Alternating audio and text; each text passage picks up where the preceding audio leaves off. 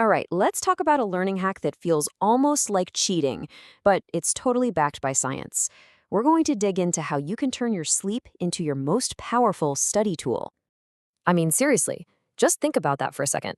What if some of your best, most effective learning happened not when you're staring at a textbook, but hours later, while you're sound asleep? Sounds a little too good to be true, right? Well, it's not magic. It's actually science.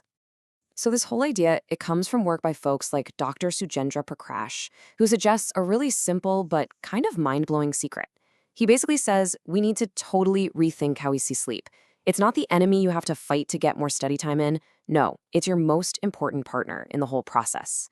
Okay, so here is the absolute core of it. If you get this one thing, you get the whole technique. Your brain doesn't just switch off when you fall asleep. It gets busy. And it gives special VIP treatment to the very last thing you were seriously thinking about.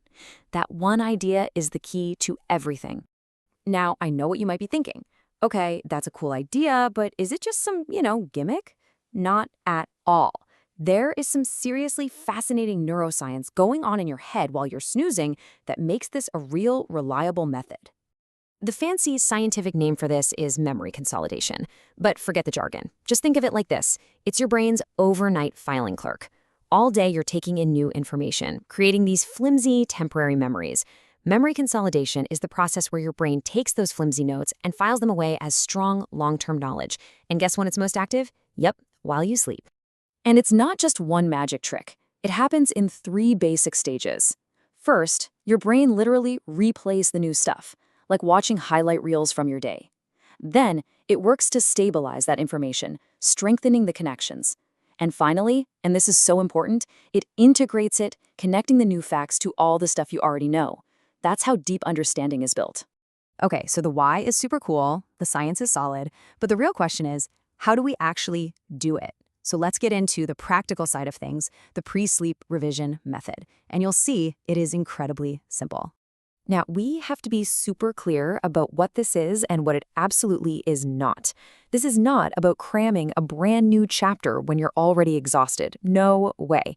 And it's definitely not about staying up until 2 a.m. The whole point is to do a quick, focused review of things you've already learned. Then you put the book away and you get a good, peaceful night's sleep. And how much time are we talking about here? An hour? Nope. We're talking about maybe 10 to 20 minutes. That's it.